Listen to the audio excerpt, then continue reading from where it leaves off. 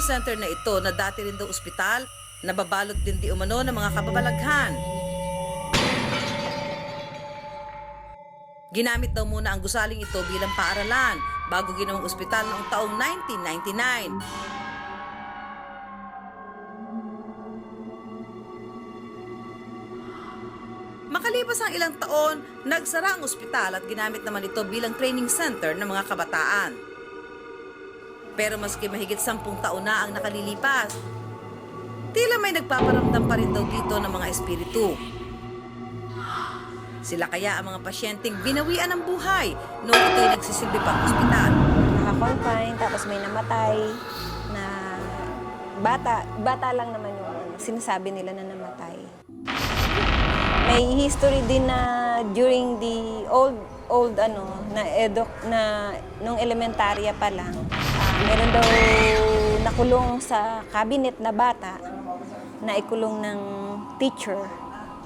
Tapos naiwan, nakalimutan yung cabinet, nakalimutan na buksan. So namatay yung bata.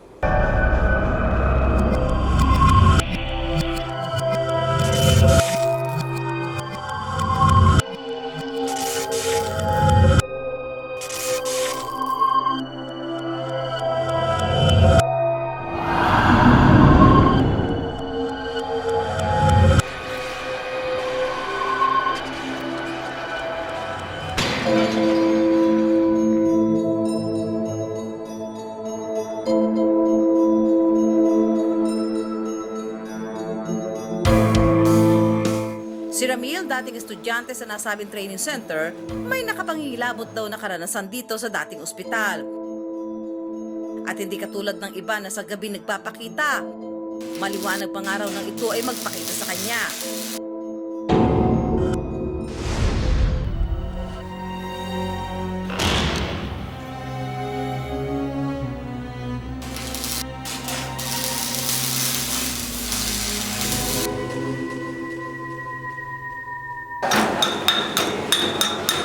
Nakita po akong tao na hindi ko po maaninagan yung mukha.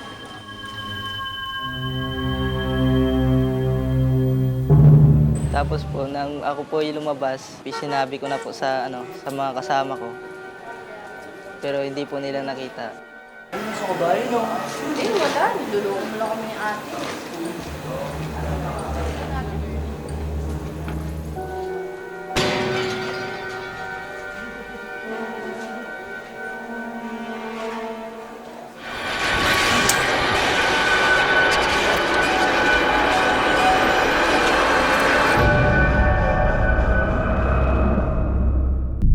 Ang dating estudyante rin dito na si Mary Jean, may nakakatakot din daw na karanasan sa welding area ng kanilang training center.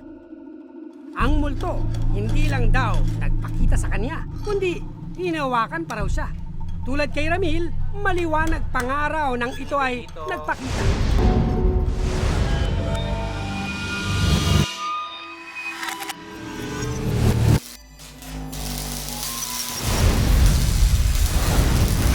Tapos nung naghinang na ako, nagtaka ako. Parang may humawak sa kamay ko, ang gaan. Sabi ko, bakit kaya ganun? Hindi ko kinuwento muna sa mga kasama ko kasi baka magtaka sila. Pero nung pagkatapos ko maghinang, ang ganda talang hina ko. Sabi ni Sir, hinang mo kaya yan? Sabi ko, syempre naman, ako naghinang yan. Ba't ang ganda? Kasi dati hirap na hirap akong maginto. Di ko nga alam pero parang may humawak sa kamay ko kasi. Sabi ko, ganon. At maski ang gwardiya ng training center, pinagpakitaan din daw ng multo. Malinaw pangaraw sa alaala niya ang itsura nito. Dimuti ako din ng November 1st. Ako ma'am duty rito Sabado ma'am yun. Nakita ko po yung batang lalaki sa lugar na ito. Napayat, nakulot-kulot ang buhok, may itim, na yung talukap ng mata niya pulang-pula.